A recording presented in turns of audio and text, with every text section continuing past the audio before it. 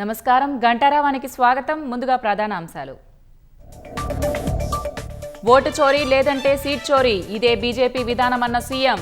గాంధీ భావజాలాన్ని అంతమొందించాలని చూస్తోందని ఆరోపణ.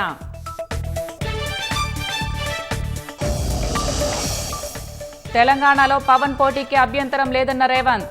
ఆయన మాటలకు స్పందించే హక్కు మాకుందని వ్యాఖ్య.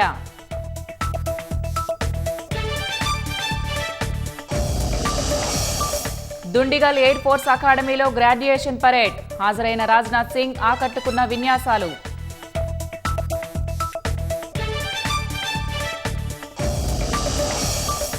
కాకినాడలో అదృశ్యమైన చిన్నారి కోసం 7వ రోజు గాలింపు.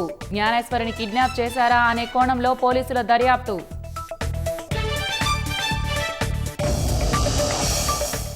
దేశంలో ప్రతిపక్ష కూటమి విజయం ఖాయమైందన్న రాహుల్. స్వేచ్ఛాయుత ఎన్నికలు జరిగితేనే సాధ్యమని వ్యాఖ్య.